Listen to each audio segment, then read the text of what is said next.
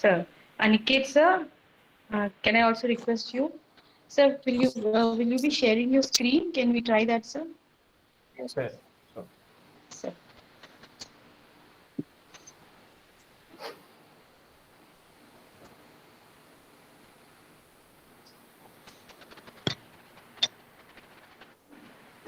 so good afternoon, everyone. I am Aniket, Assistant Professor with the Department ITER. I welcome Madhuri ma'am, Sagar sir for organizing, and also welcome everyone for this SOA weekly academic lecture webinar. So, in this webinar topic, we will discuss about the overview of cybersecurity. So, without further any delay, let's welcome the speaker for today's lecture, Mr. Abhineet Sagar. Okay. So yeah, So, everyone. Yeah. so he's a certified ethical hacker specializing in web application security and securing mobile application and infrastructure. His total work experience in 3 years in cybersecurity domain. Currently, he is working for Aujas Cybersecurity, a wholly owned company for the National Stock Exchange of India. Okay. So now, sir, you please continue with your. Yeah. Thank you, sir. So welcome on board, everyone.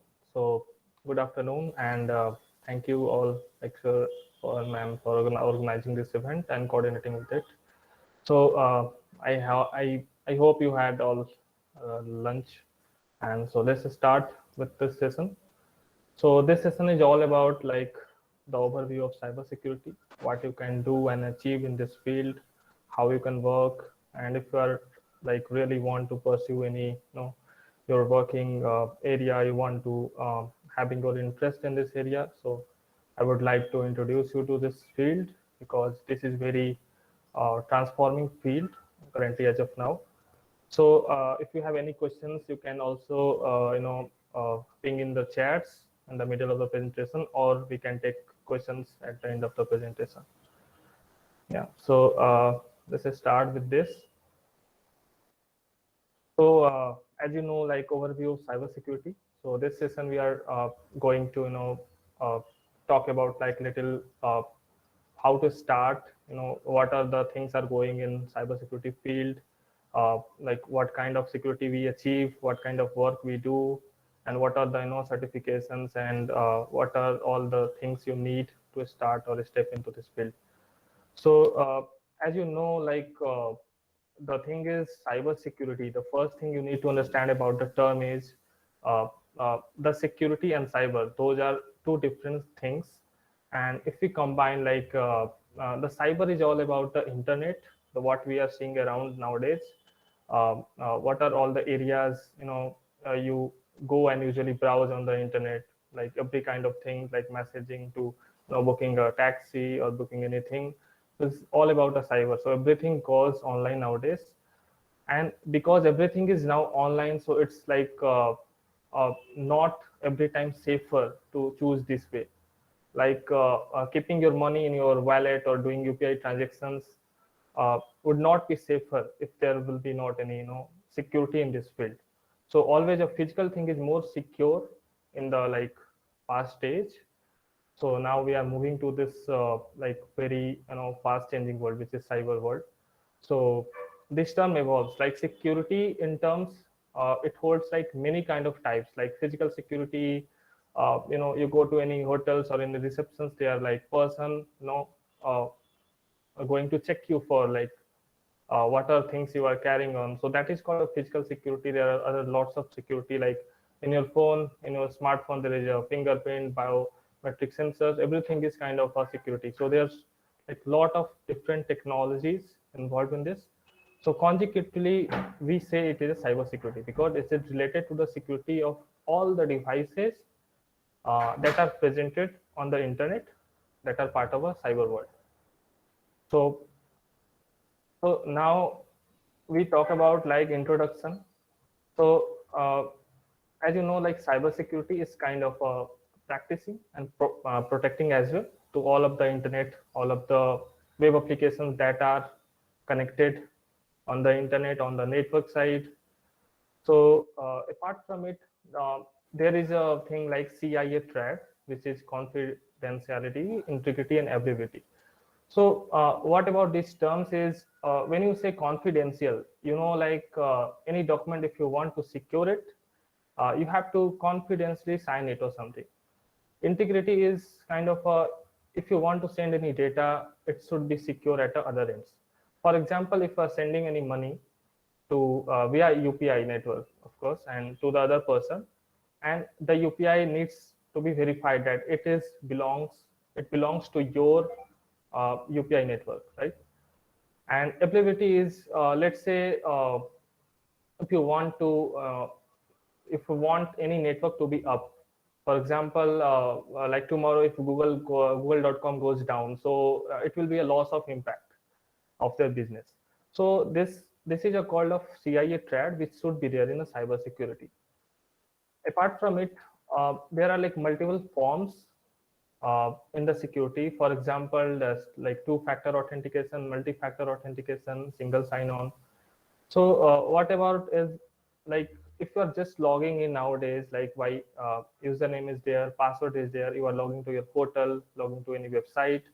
So there is another method of logging should be required because uh, nowadays for a better security we need to implement more and more safer kind of techniques. So for this we need to enable require mobile devices to work with it. So you have to enter any code from your mobile device to the Dota portal you are logging in for a safer side. So these are like all the areas we can say, like the threads and authorization options. So why it is necessary? So if we talk about why it is necessary, we can also say like why it is not necessary, because uh, in this era, like everything is online, so there are like crimes happening all over the world.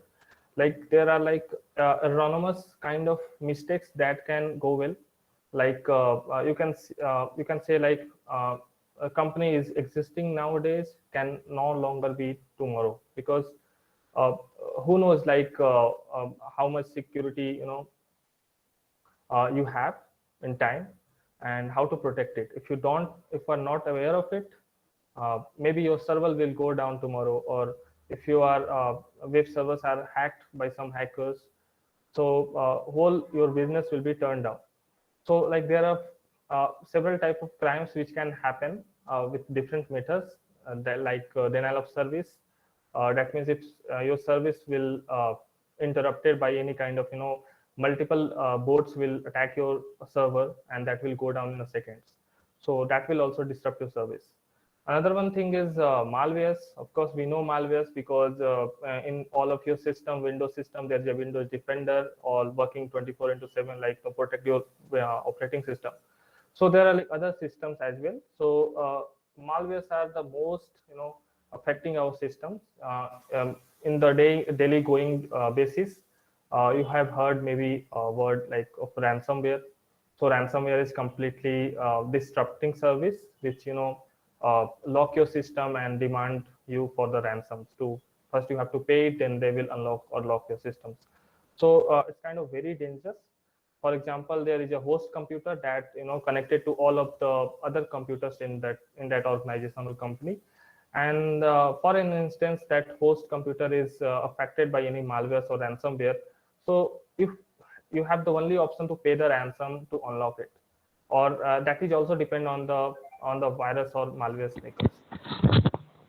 Excuse me, sir. Sir, is your screen like it's not moving? You're still in the. Can we go to the presentation mode? Maybe that would be better. I'm on the presentation, I think. Is it visible, ma'am? Now it is. It wasn't moving. It was still on the first slide. So, okay, sir. Please continue, sir. Sorry, sir. Sorry to interrupt. Oh, I thought like it was okay. No problem. Yeah. So why it is now different than the other fields? It is like comparing with developing, you are developing any kind of softwares and you are not having any security attached with it, then there is no use of putting that into the production and running in the web application. For example, you have wrote some codes, you have well maintained or created an application, and you just publish it on the app stores, get downloaded by the public like us. So for example, if any end users uh, holds any sensitive information, they can also disrupt your service. So without having cybersecurity in place, you cannot assure 100% service. So like many of in IT field, information technology, there are like many fields, like there are like testers, they are like developers, and we have also this horizontal pillars named as cybersecurity, and this should use synonymously, and as well as parallelly we have to run it. So because you are coding it, you are testing the code, so you have also to run the security scans on it. So basically what happens, sometimes you are accessing the resources on the internet from the outside world, not within the application. It's just interacting with all over the world, and you need to scale it. You should have the ability to prevent it from any kind of cyber attacks. So for those things, we have to ensure that our internal systems are very much safe. It should be safer than other things. So that's why it makes it a different place. Another thing is any kind of cyber frauds are going on. So there are lots of things are going on nowadays. Apart from we are protecting the networks, we are protecting the web applications. It is there, but we should be always applying our cybersecurity techniques into this field. So to prevent any kind of disclosure of sensitive informations. So now the thing is, if I'm working in this field from like last 3 years, and like I will tell you like what kind of working and growing I will achieve in this cybersecurity. So first thing is there are like multiple roles, and you will never be bored out of it, because this is like no ending scope. It means like you will always get an opportunity to work in different fields, irrespective of what you are doing and what you will be doing like after like 1 year or 2 years in this field, because there are like lots of new things are coming up. So like there are different roles, as you can see, like there are like ethical hackers, network specialist, IT security consultant, cyber security analyst, forensic is another domain, cyber security manager. So uh, you can say like ethical hackers. If we talk about ethical hackers, so generally what we do as a we, we we can start with some freelancing work, like you ethically hack some kind of networks, or you like for example you go and ethically uh, um, find a bug on Google or Facebook, any kind of top level domains, and you are ethically reporting them like hey, this is the bug I found, and you have to fix it. So they will provide you a bug bounties as well. So this is what kind of work ethical hacker does. And apart from it, as if we talk about like working in this specialized role, so IT consultant and security. So basically, we take care of the web applications. We take care of the network infrastructure. So when we say web application, that means all of you are seeing this application like google.com, facebook.com. These are like services which are running online. So this is kind of a web app that is running inside your browser. So apart from this, there are like multiple area. We do the penetration testing, which is a specialized field in form of testing in cybersecurity.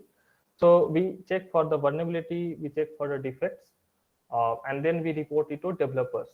So in terms of uh, step process, we are coming ahead of the developers, because we have to take care of the very vast thing in the chain, which is security, and then we report it to our developers. Developers will again fix the issues when we have to retest it. So this is how we do. Like there are others like analysts as well, and forensic investigator. That means if something goes wrong, so they have to take care of all those things, like who is the person responsible for those kind of attacks or any malware activities.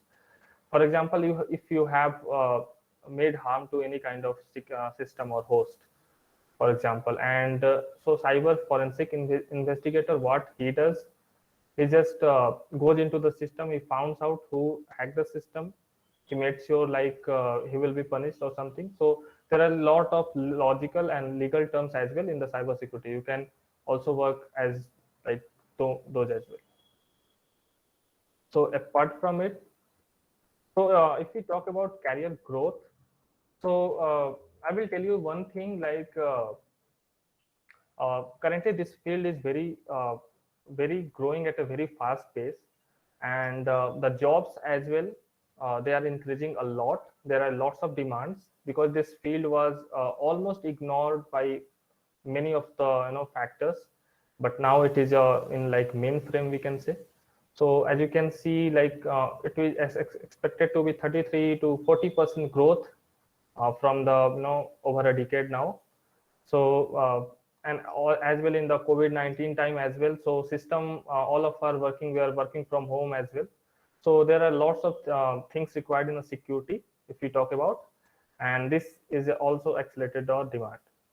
So apart from it, there are like lots of new platforms that are recently come up, like government institution, like many of the government side where many people are doing malicious thing with those government websites, but now they are like also focusing on cybersecurity. So many government websites are now safe because of those initiative. The people are reporting the vulnerability in those systems. Those website admins now fixing it, and that's what it makes safe. So this is how like it will grow, and I think in like over a decade it will grow a very significant amount of numbers we will add in the cybersecurity. So there is a like now areas we can explore, we can talk about. So there is like as we said, we perform the testing. I personally like perform the penetration testing is my main field. So the main thing is you have to be out of your mind, like you have to think out of your way, like how we think in a general way. So this is a field that is kind of a responsibility that is being given to you.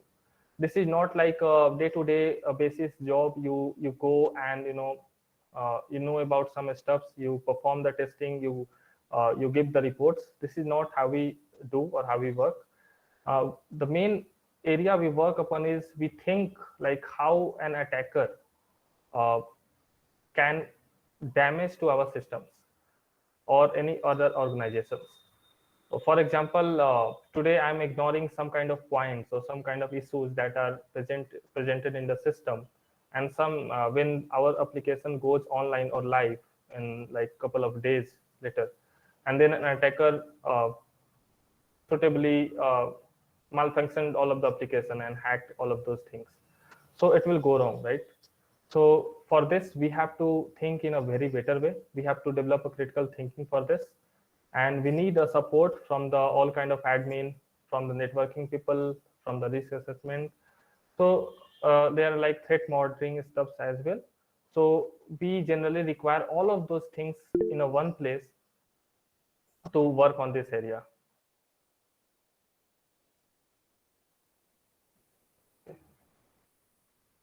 So now we talk about incident response.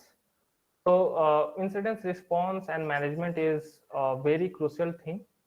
So first thing is, let's say if your system is being hacked now, and you want to restore all kind of people data, all kind of PII and other stuff.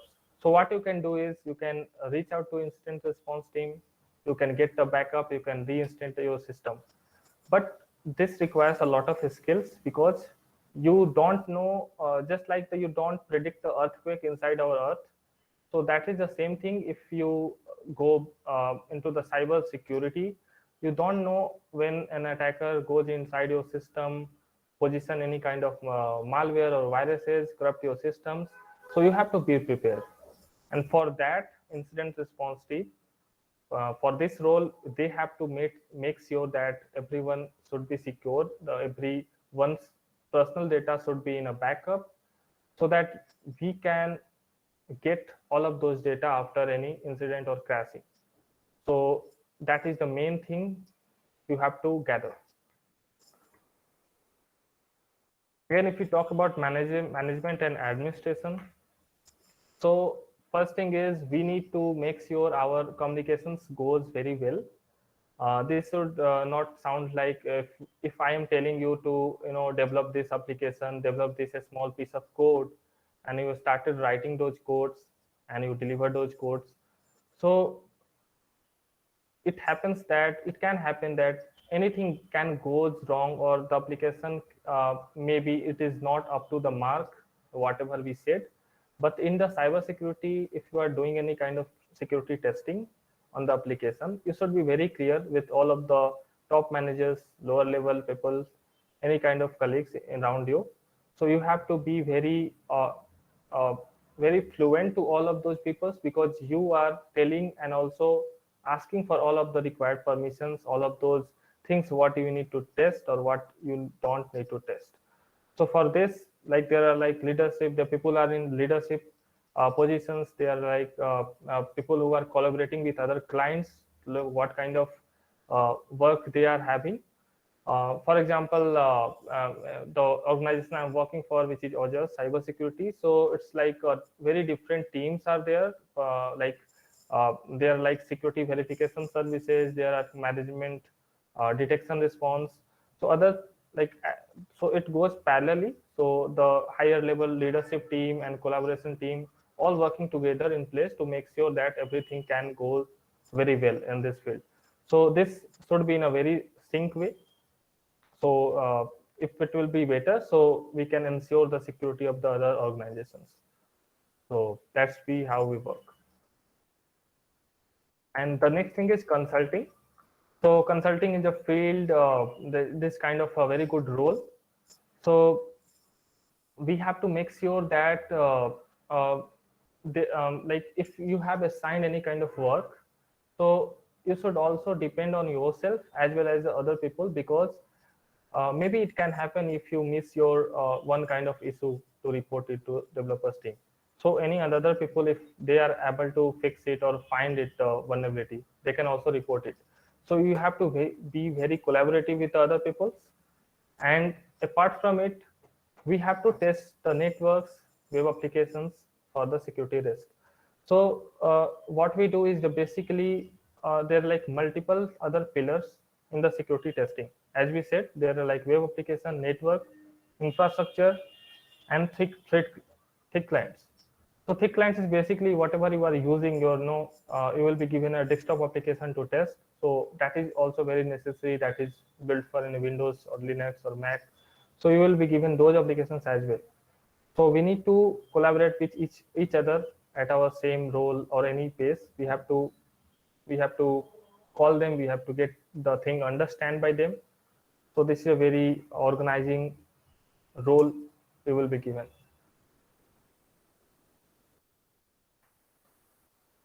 Now we talk about testing and hacking.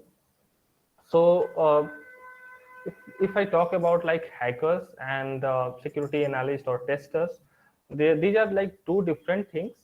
As we say, they're like two other mindset in like two different people. So just the same way. Like ethical hacker is someone directly entering into the system, ethically hacks it and reports it to the company. And testing is the company itself providing you the opportunity to get into their system, break it, and report it to them. So it's like challenges, of course. So it's like various kind of open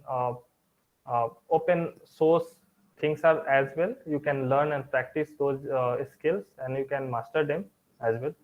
So it should be like a challenges, like there is a catch the flag competitions, there are like hack the box. So we have to make sure that you can find any bug in any kind of company or organization. You will get paid as well. Like if you are legally hacking into the systems or computer system, you will get paid, of course. The type of severity, for example, there are like 5 P1 to P5 is a category, and based on this category, like P1 is the high one and P5 is the low vulnerability issues. So when we say high vulnerability and low vulnerability, this also makes sense, like if we can call it as an impact. So impact is what your company or your application can face it. For example, there is always a bigger impact if there will be an earthquake of 10 in Richter scales, right? So that is a kind of a very high vulnerability, very high impact in terms of hacking. And P1 is kind of a issue that is low, that is considerably low, and if anything goes wrong, so it can be P1 or P2 or P3. P4 and P5 are relatively safe. So like this, we involve the challenges, and we will get paid based on that. So there are like lots of skills to be developed as well. So first thing I would suggest is go for penetration testing, because this is what we do as a basic in security verification services. We need to ensure the security, so we need to verify that every application should be very good with the security basics. They stand clear, and there will be no harm in the later stage in the application if anything goes wrong.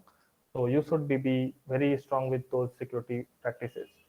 The cryptography is one more thing, because it's very essential thing in my side, because whenever you are encrypting anything, so you should be as you say, like in nowadays you are saying like two uh, very asymmetric encryptions in WhatsApp as well. Like your Intuit encryption, it is like you are sending any data that is must be delivered to the other party, and your signature is verified in between them. So this is kind of a secure practice which not always helps in the application. It's always helps in the business as well, because if WhatsApp, for example, later on said like we are not protecting your data, so you will not use the WhatsApp again, right? So this is kind of a security pillar in terms of maintaining security practices. So cryptography is one very important thing you should learn. And if you talk about computer networking, so networking is a very vast field. Like every kind of network you are seeing, even your LAN, you are working inside your college with like LAN networking, and every kind of system is attached inside your organization or school, colleges. So if anything goes wrong on one computer, it can affect on all of those computers. That's where this denial of service attacks are there, like DDoS or DOS attacks are there. So it should be secure. You should be given a priority in security. Like we have to secure this network first, and then other networks as well. You will mask the IP address. You will learn not to disclose the access points and all. So you will get to know a lot of steps into the computer networking.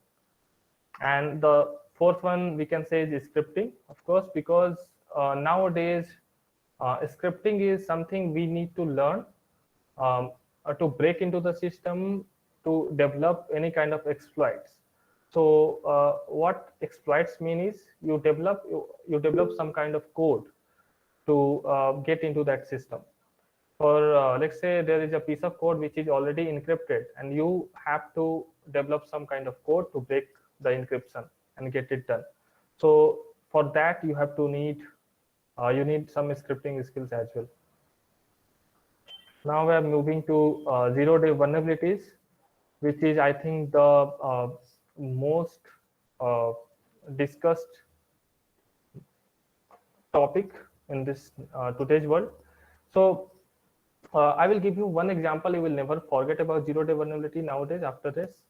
So for example, all of us are now using Android version, for example, 10 or 11, Android Pie or something. And the earlier days we are having like Gingerbread or 4.0 Lollipop version of Android. So what companies do is they just don't support this kind of Android operating system nowadays, like the later version, like the prior versions, like the 4 or 5. Why? Because there are like multiple of security issues that are present in those systems. So for example, if you are using any operating system that are very older, and it has lot of security issues in that, and if any attacker, for example, I am the attacker, I found any issues in those operating system, uh, guess what I can do? I can infect all kind of those machines or hardwares or any kind of devices that are using those operating system, and I can hold all of the data into that. So this is how zero-day attackers do. So basically, a developer is not able to determine like what kind of errors they are making, and before they are releasing the patch for it, any attacker is exposing this weakness to the other people as well. So for example, recently there is a FireEye breach, that is SolarWinds. So in depth of that, like a very small kind of piece of software is just malfunction due to some kind of attacker's practice, and it infected like lots of companies like Microsoft to Google's, and everyone in this world are infected. So this is a very trending vulnerability, very trending practice these days. If you are also able to uh, uh, get hold of any kind of data, you will release into the public, and public will use it to infect other kind of services in this. So you should be very aware with all kind of technologies. So there is recently one more, which is log4j. So everyone in this world uses Java for their systems, for their coding, and very small, like 2 to 5 words code, like 5 lines of code, I think, that was using some kind of service, and that was got infected. So it infected all kind of applications in the world. So it's kind of a chaining attack. So everyone uses the software, and an attacker finds any kind of bug in that piece of software, and it can infect all of the devices over the world. So this is a very interesting topic you should learn, you should be knowing about. So as you can see, developers have 0 days to fix the problem because it has been or has the potential to be exploited by hackers. So we don't aware the day one, like this is the issue we are facing. So we should first to look for the issue, then we can try to exploit it. So the next thing is, so you can see here the 0 day explained. So first thing is, we don't know, the developers are not knowing about the vulnerability.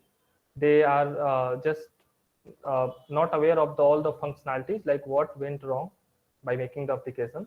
The hackers discover it, and they have the advantage because they know the what kind of issues, what kind of impacts they can make to the application or the infrastructure, but the developers don't know. That is the advantage for the attackers. The third one is we can say they develop some kind of malwares or some kind of entry points to get inside into the network or application, and they can harm the network. So now developers, now if they know, if they are well aware of the functions, they have to work very hard. Like as we can say in my team as well. So there are like lots of people who work almost like 2 to 3 weeks uh, without stopping. They have to patch it, they have lots of work because this is a very critical vulnerability, 0 day, and if anything is there, that is a very critical impact it can do to the server. So it should be, and it needed to be fixed as soon as possible. So this is why 0 day is very important. So we can say like it can be combination of both malwares or data. It can corrupt any kind of data. It can allow the remote code executions, and that is a kind of taking control of your system remotely. Like you are not allowing to do it. So like I can normally get inside your system, and I can control your system without having your permissions. So we can get directly those kind of like very dangerous stuffs. So, and like lots of malwares and spywares we can also install. So what you can see is like if you are trying to avoid 0 day exploit, so this is, I can say this is not very possible, but this can be mitigated after any kind of detection is there. So we can try to mitigate it or stop it, but we cannot guarantee like full immune from this 0 day exploits. So first thing is whenever you have getting any software updates in your Android application, you should have to install it. You don't have to worry like what can go wrong. If developers are releasing any kind of softwares to in your Windows operating system or Android, you have to install it because they are thinking something they are thinking like anything can goes wrong, then only they are releasing the patch, so you have to install it to work fine. Again, don't install any kind of softwares or any kind of application inside your devices, like that can harm to your system. Use always a platform to download verified softwares or applications. Use a firewall, use a VPN connections to protect your privacy, and as well as you have to learn about zero day, as I said, because without knowing yourself, you cannot mitigate it. And as well as you have to keep using these antivirus softwares and all that will help a lot to save our system from malwares and spywares. So these are the things like you can always get, like you have to detect it, because uh, the more you let, the more your systems will get exploited. So apart from these recent attacks, there are like other zero day exploits as well, which happens in like very popular softwares or application, which is Chrome, Zoom, Apple. So generally, most of the times we see into Microsoft products, and nowadays it is happening to all kind of softwares. Sir, sorry to interrupt, sir. I think if we go for F5, in that F5 mode, we can see the slides moving. Right now, we are still stuck in. Is it visible now? Yes, sir, but can we go to the presentation mode if we do F5, like, then it would have a proper impact. Like, it's not working, sir?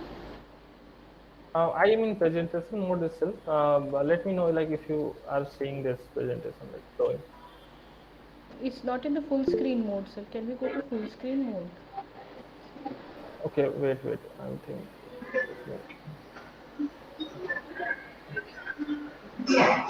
Aditi has raising her hand. Aditi, you have any question? Can you type it in the chat box?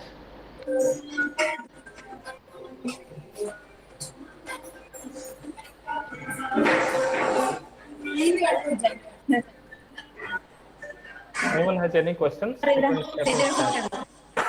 Please mute yourself. Aditi, whoever this person is.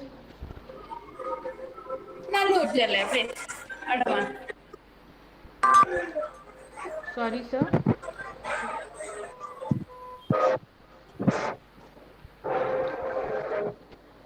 Okay, so I will take a couple of questions like Divya Sundar.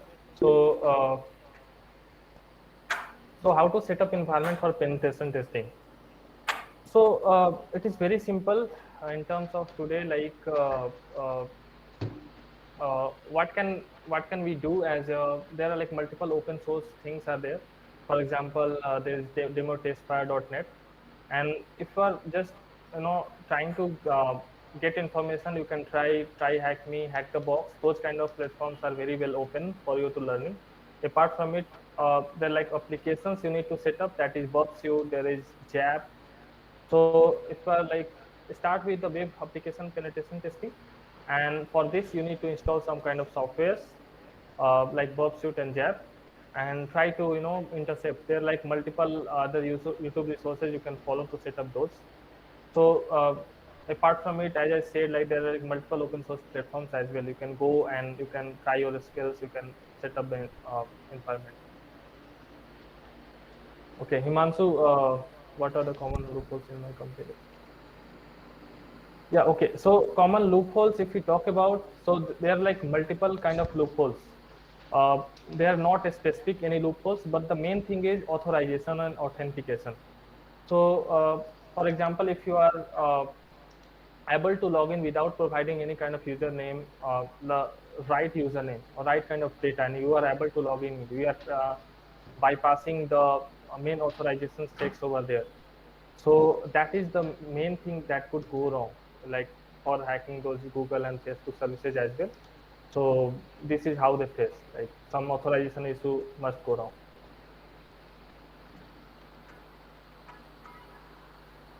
Because cybersecurity, okay, Shruti, I want to ask that cybersecurity and cognitive cybersecurity same or different?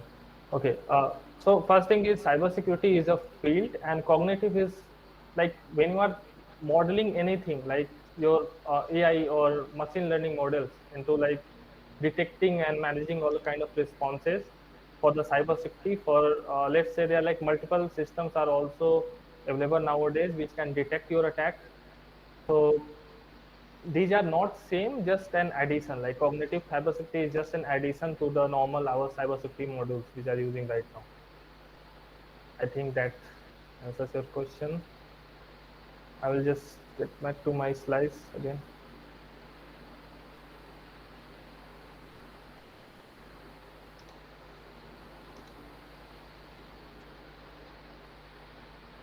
Okay.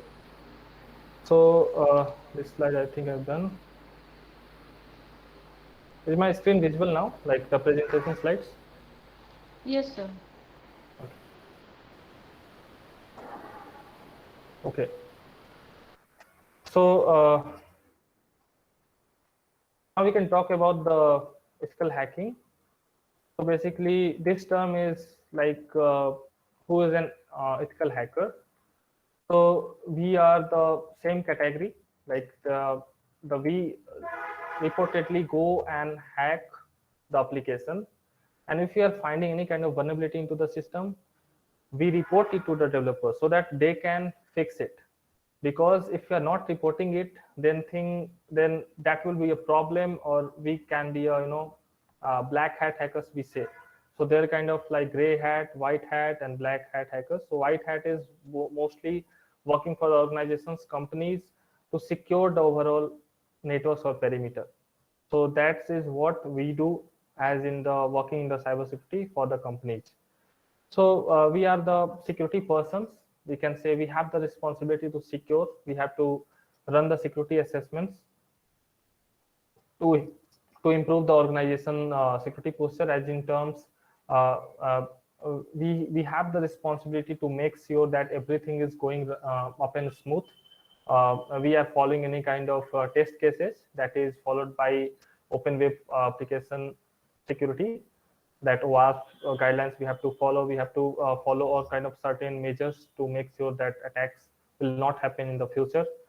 And and in the developing phase as well, we are ensuring to keep the pipeline very safe, like from building the code to testing and deploying. And then we have to make sure we have to deploy, we have to securely test the code as well.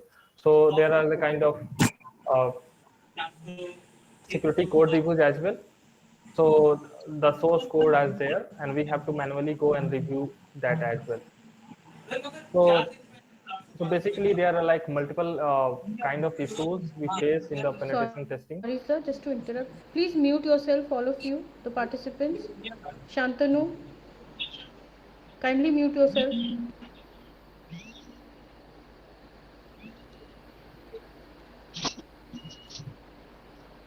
Sorry, sir. Please Okay. continue, Yeah. sir. Yeah. Okay.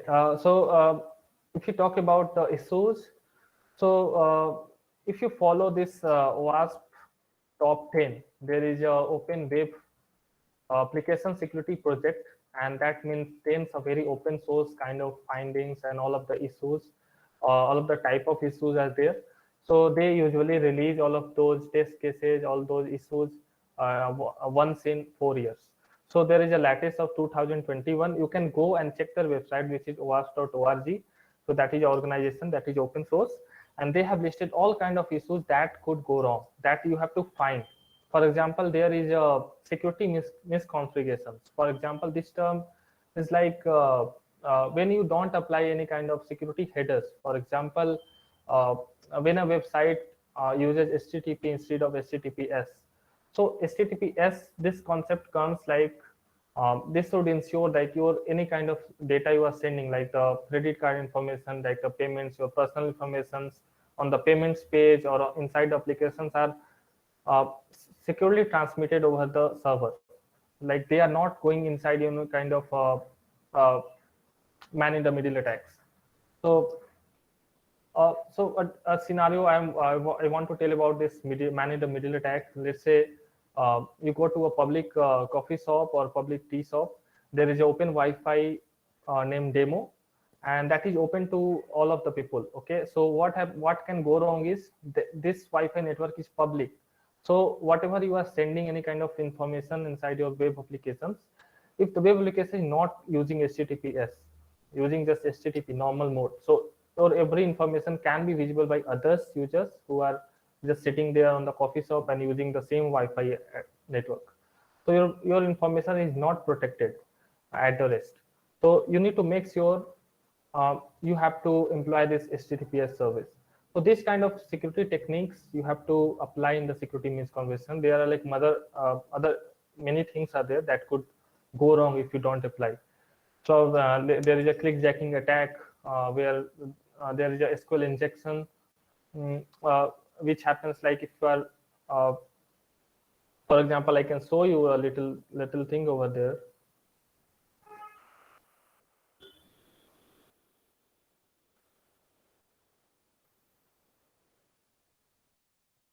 I think my screen is visible.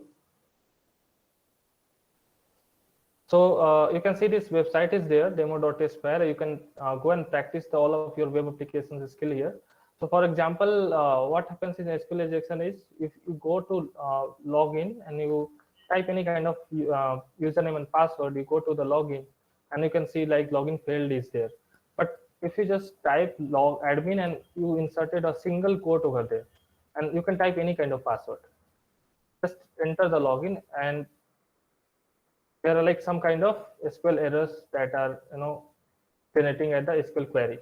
So this is what you are doing with the you know the ethical hacking or the security testing. We have to make sure that it will not go wrong. As you can see, there are like we have logged in with the admin user.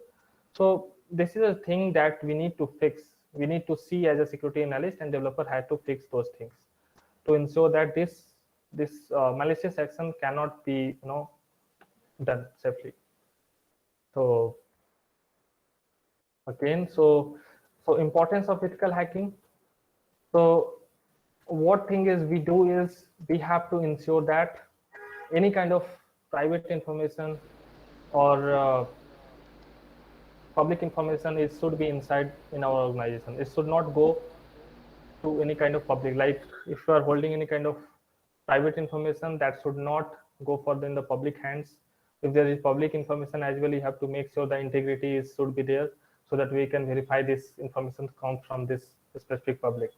So basic thing is we deal with all of the massive amounts of sensitive data. So as a result, like they are most of the time they are unstructured data. We have to structure it.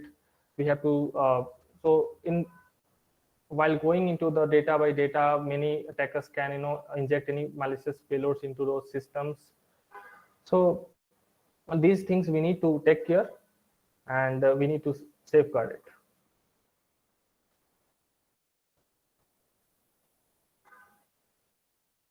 So now as I was talking about the ethical hacking techniques, so we do as a web application hacking, system hacking, wireless network. Like most of the people are in the Wi-Fi penetration as well. So there is a Wi-Fi address with a secure WPA2 security, and we have to try to penetrate it. We have tried to hack it to gain authorized access to the server or system. And apart from it, there are like other web servers are there. There are nowadays mostly like cloud penetration are also going on, like as you uh, see like the in AWS or Google Cloud or Azure Cloud, they are like most prominent area in the cloud security nowadays. They are providing, there are three companies are there, AWS, Google,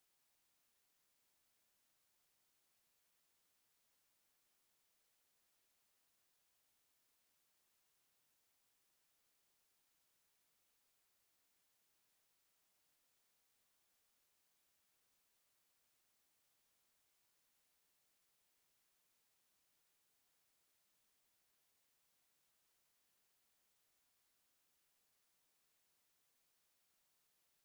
by this the schedule they are going to the production. We need to make sure that we have to do pen test and all. And for the ethical hacking as well, as a like bug bounty hunters, like there are other people who just freelancing doing their works. They just hack the networks and they report it to the teams so that makes sure they will fix it. and they will also be paid relatively. So in the penetration testing as well, in the we test about the application firewall is running good or not. Sometimes what we do is we try and get to see that we have also bypassed the firewall, and we can see a lot of sensitive information behind that. So we need to make sure we are safe there as well. And as well as we need to check for the APIs, front end and back end servers. So because lots of things are moving here in the cyber world is basically a flow of API. Everything is based on the API calls, so we need to make sure to check those services as well. And every kind of we need to ensure that security policies should be in place, and any kind of patches, if that will be delivered by your vendor, you should install them, because that will make sure to fight with the zero-day vulnerability and any kind of recent breaches. So importance is this: uh, you can prevent any kind of attacks for DDoS, phishing, malwares, ransomware attacks, and this relies on the company business, like how they want to treat it. Like earlier days, what companies were doing, they are not well aware of the cyber security world, and they are not applying the security on their code and applications. So nowadays they are focusing into more this into this field. That's why this field is growing very fast at a very fast pace. So like for an example, companies should have to spend at least 30% of their budget into the security, because this is what, if they are not preventing it, they have to face it. And they have to face it in like billions of dollars and billions of dollars, and they can usually end up losing the trust from uh, our end users. For example, if something is very wrong found in Uber or Ola, they will disrupt their business, right? So nobody will gonna use those taxi booking services or applications. So that is very necessary nowadays. So that's why we need a penetration testing. So this is the testing stages. So first thing is we need to gather the informations. So first thing is you need to make sure the communication is very clear among your leadership, your peers, whatever your reporting managers are there. The planning should be very, very crucial. And what are the in a scope items, out of the scope item? For example, if you are given to test example.com, you should not go and test google.com, because you are only authorized to test example.com. So for this, these all of the strategies you have to follow. You can go to planning and reconnaissance. So you need to plan out how you want to how you want to this attack to be going on in the later phase. So you decide that first. After that, you go with the second stage, which is scanning. Then we try to gain access to the all of the application or infrastructure. Then you have to maintain the access as well, because that is very necessary to uh, limit all of those attacks, all of those scenarios into the system. For example, if you are able to get remote access control, so you need to be in touch with the constant server client communications for those access, like access to be there, because if that will not be there, your connection will be lost. So that is a very important stage. The fifth one is web configurations. Once you like find the access, you try to bypass all of web applications, firewalls, and any kind of you want to deliver any kind of malwares into the system. So this is all about like step 5 and all other approaches. So it's all about the methods. And okay, so there are like other testings as well. So in the developing phase, you must have heard about like gamma, like beta testing, alpha testing. So alpha is a testing that is done by the team inside internal in their company, and beta is something they deliver it to us to test the application or the product.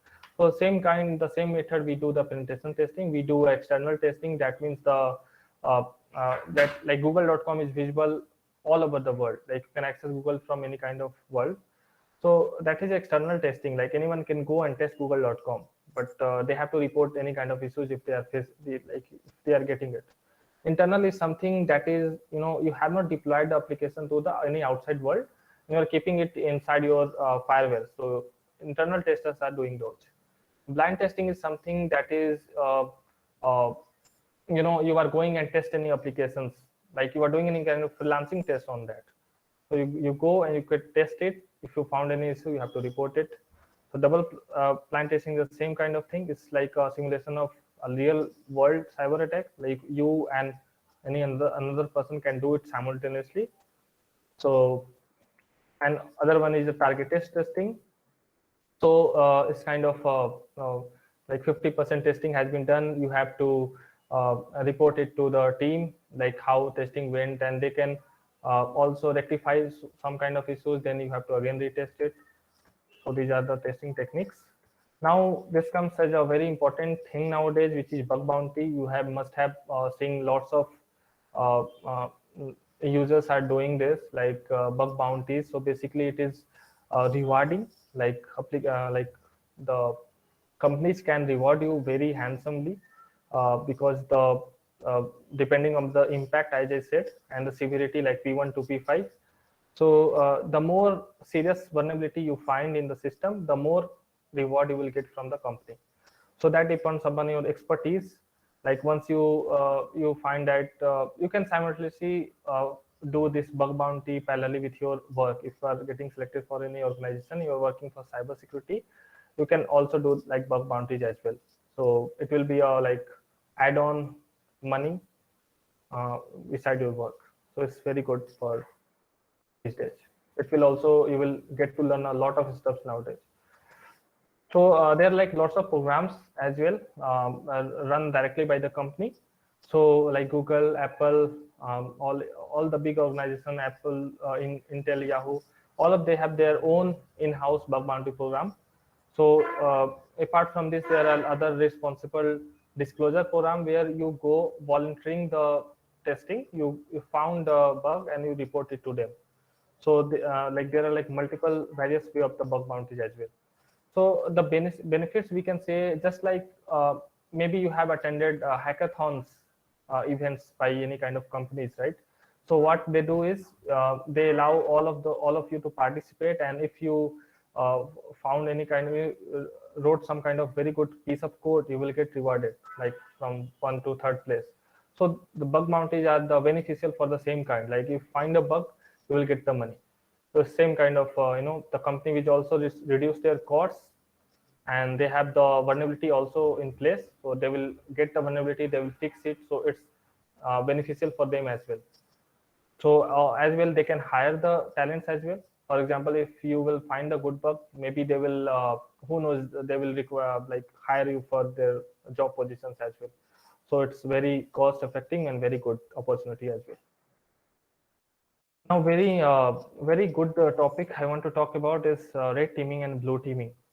So these all concepts come after if you have certain level of experience, like 4 to 5 years. If you have worked in cybersecurity, you can change your role. You can cross skill yourself into red teaming and blue teaming. This is uh, a very good responsibility. I can talk about. If you have any questions, okay.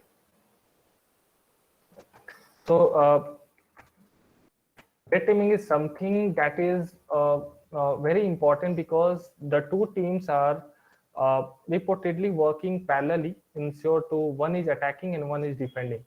So it's kind of red is you maybe you saw in the like Tenet movie, like there is a red area, there is a blue area. So that is some kind of seeing two things in a similar way. So let's say you are attacking my system and I am protecting my system. So it's kind of a two attacks are going in a very parallel world, and they have their own skill set and they have their own methods to exploit the system or to defend the system. So basically, a red team is a kind of a role, a very efficient role to break the thing. So this team always thinks about any from an attacker perspective, like how I can disrupt the service. So every kind of tool they use is for disrupting the service. For example, DDoS or DOS attack. So they use like multiple bots and multiple person to go inside the system. If the system is weak, they will certainly go inside the system. So this is where blue teams comes, and blue teams defends the thing. Blue teams uses those kind of softwares which they want to prevent all kind of red teaming activities and red teaming efforts. So this is what they defend, and red team is here to attack. So now benefits is like a two-way communications. Like one is attacking and one is preventing. So it's kind of a mimic a real world scenario.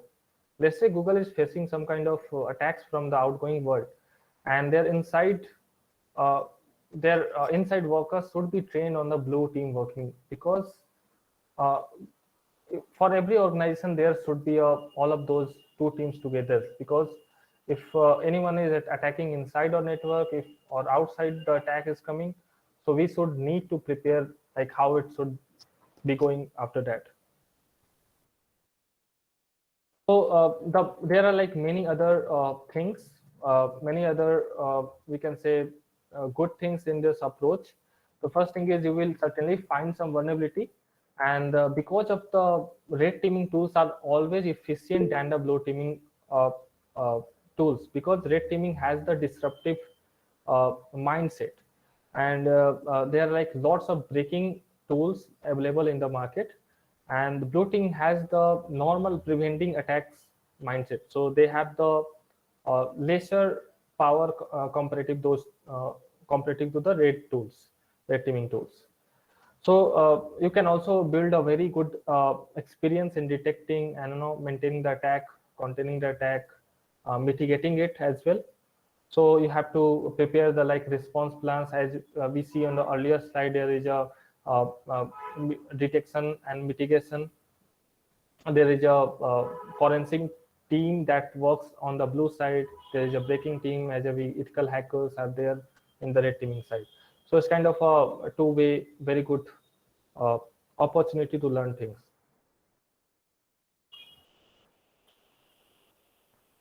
Again, as you said, like red teaming is a attacker's perspective, where we need to ask to breach an organization security. So this is not kind of hackers that they like kind of top elite hackers, they go and just hack. It is not like that. We are all about in the security field, so we have a responsibility. We have to take a legal permission inside the organization. We have to go with it, and we have to maintain system procedures for that. So we do in a very good way, like everything is documented, what we have to, what we don't try to do. We don't have to disrupt the system or application only. We have to in a very like documented way, a proper way. So red team has like multiple skills, we can say, like they can develop as well. They have to learn penetration testing, they have to do social engineering, and threat or reverse engineering as well. Like you can see, if I talk about reverse engineering, so this is what is uh, you are modding any APK applications, and like there is a application which asks you to pay certain amounts to play this game or play this app, and you are just reverse engineering the application, that the application will not ask you for any money, and you will still able to play the game. So that is a modded thing. This comes under reverse engineering. That's the same. Social engineering is there, like you have to lure any other peoples to install your application or install something they want. So like these all the skills that are very required for the red teaming. And of course the last one is creativity, which should be there among all of the activities in penetration testing in the cybersecurity world. Creativity is and critical thinking is all you have to practice. And again, blue team is a protector. It's like a defending team. So like we use tools like a footprinting, the malware analysis, detection response, what would went wrong. They have analyzed, and they will make sure that the same thing will not occur after one time, or any attacker will not enter into the application. They have to make sure they have the responsibility the same. So lots of things like least privilege access, like you have to give very little amount of access to the another person uh, they could use. That you have not to make them admin to do all of the steps. You have always to maintain a very least access. You have to always give very little amount of access to any other person. So that is what blue team does. So blue team also requires very kind of like risk assessment, vulnerability management, threat intelligence, as one person like asked like cognitive cybersecurity.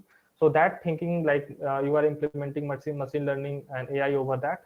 So that is preventing the threat in the first place. Like threat is not coming directly. It is like filtered by your machine learning softwares and applications first. So it will protect your application at the end. And hardening and the patching technique. So as I said, like whenever a vendor releases any kind of software release, software update, so your phone, Windows, you have to install that. And inside your organization as well, you have to install your patches as soon as possible when you want to rectify things. And other certifications we talked about. So red teaming is kind of a very vast level of certifications are there. So because we are the attackers, so what I did is I am certified ethical hacker. So there are like other certification as well, which is offensive security certified professional is the, I think is the most wanted certification nowadays. So everyone wants to grab this because this offers a very good 24 hours exam it holds, and it's very costly as well. So you can try with other options as well. Like there are like CRTOP, LPT, there is a junior penetration tester. Like there are other vendors as well. You can go for TCM security courses. You can go for e-learn security courses. There are like certifications you can do. So these all comes under red teaming. And the blue teaming certification is something that is preventative measures should be there. So for defense part, you need to learn about the security basics first. So there is CISSP, Security Plus, and other GISE certification as well. So this needs to be in place because you want, this depends upon your learning skills and how you want to pursue career in the like more later phase. If you want to be an attacker, if you want to be simultaneously learning both of these, if you want to cross skill, you can get this Security Plus certification or CS. You can mix like all of them according to your choice and whatever you feel good about you. So first you need to practice, and then you can build the way. Like in the later phase, you can try to get and grab more of these certifications as well. So certification doesn't matter at all. Like it matters with your working experience, because if you get not get the work, the certification are not that worthy. But if you are working and if you want to grab it, so you can do it in parallel. So yeah, thank you everyone attending. And if you have any questions, you can drop into the chat box or you can ask.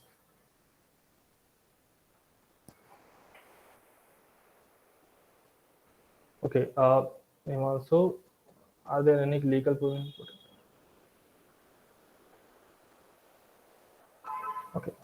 Okay. So Himanshu, legal provisions, there are like multiple system of procedures. If you go to, for example, there's a Mintra.com website, right? Uh, all of their websites, they're like good websites who mention in their website like what should be included in the attack and what should not be included in the attack. If you are submitting any vulnerability or any issue to those websites, you are responsible, they are responsible to give you the rewards, give you the prizes, but they are not entitled to do so. There is no such provisions that they have to pay. But there are like system like CV. CV is a number that is assigned for your hacking. So that is common vulnerability exposure. So that is a very unique number. That will be a very good way to start with. If you are finding any kind of big vulnerability in a very big company like Bitbucket or Google or Yahoo, they will assign you with CV number. That is very legal, and that will be with you all over the lifelong. That will persist.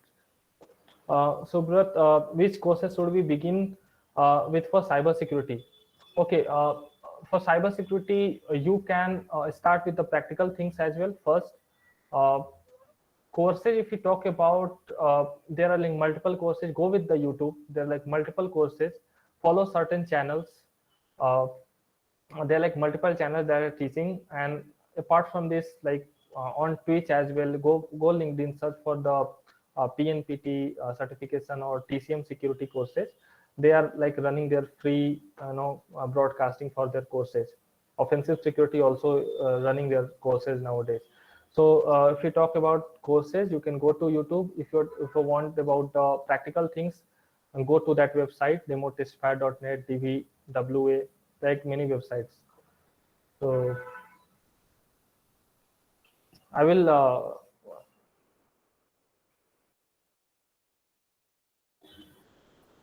If you have any questions, I am dropping in my email ID as well. If you have any questions, you can drop me a mail as well later on if you want to, try and pursue any kind of courses or any kind of suggestion you want. I think, sir, we can have your. We're looking forward to your write up. Other than that, the PPT if we are sharing, we can forward it to the participants because generally they Sure. follow up asking. Sure. Himanshu Pandey, can you turn on your video? You have a lot of questions. I just want to see this inquisitive boy, Himanshu Pandey. I think he will soon be an ethical hacker. Himanshu, let me give you sir's email ID and I think you can connect with sir and clear all your doubts. Sure. Himanshu? Okay. I Yes, think he ma'am. wanted to personally. Very good, Himanshu. So, sir, I think we will take your Good PPT and evening, we'll ma'am. connect. Yes, Himanshu. Uh, Abhijit, Abhijit. Yes. Aniket, sir, can we continue then? Why to do the contemporary thing? I will go forward, sir. Actually, I am here to give the vote of thanks. Aniket sir would have invited me to. Aniket sir, first of all, I would like to thank you for bringing us such an expert. Abhineet sir has taken us, especially all the students, very minutely has explained things. At the same time, it was also a very broad overview about what are the different possibilities and what kind of certifications can be done. Overall student strength, student have been glued here and they were listening to you, sir. You have been so effective. Thank you so much for taking out the time and connecting to us and reaching out to our students. I would like to thank our HOD, Dr. Debahuti Mishra ma'am, for the whole concept of this webinar series. Abhineet sir, I would like to also let you know that this is the 47th edition of the SOA weekly academic lectures that we have been holding, and so far we have successfully implemented, we have delivered around 49 guests. So you are one of those, and thank you so much for having that time for us. The article will actually be published in our weekly magazine, so it's really very nice that you could be with us. The organizing team members are Sarda Prasanapati sir, Divya Sundar sir, Bharat Jyoti Ranjan sir, Shushmita ma'am. Thank you for making it so possible that throughout the whole journey. At the same time, I have to thank all the students. They were patiently listening, and sir, especially you, because you made it so interesting that students have been here. Thank you, everyone, sir. Thank you, everyone. Thank you. Thank you, ma'am. Thank you, ma'am, for the kind words, encouraging words, and as well all the students. If you have any questions, to let me know. And I have dropped my email address as well as I will send my PPT to all the organizing team, and they will send it to you, of course. And yeah, best of luck to all of you. Maybe soon I will see many of you faces in the cybersecurity world as well. I'm expecting uh, most of you to come and secure, we need those these people, because we have the a lot of demands in this field. So we need all of you to come with your critical thinking and very good approach. So yeah. Thank you, sir. Aniket, sir, thank you. Thank, thank you, ma'am. Thank you, Abhineet, sir. Yeah. Thank you, sir. Thank you.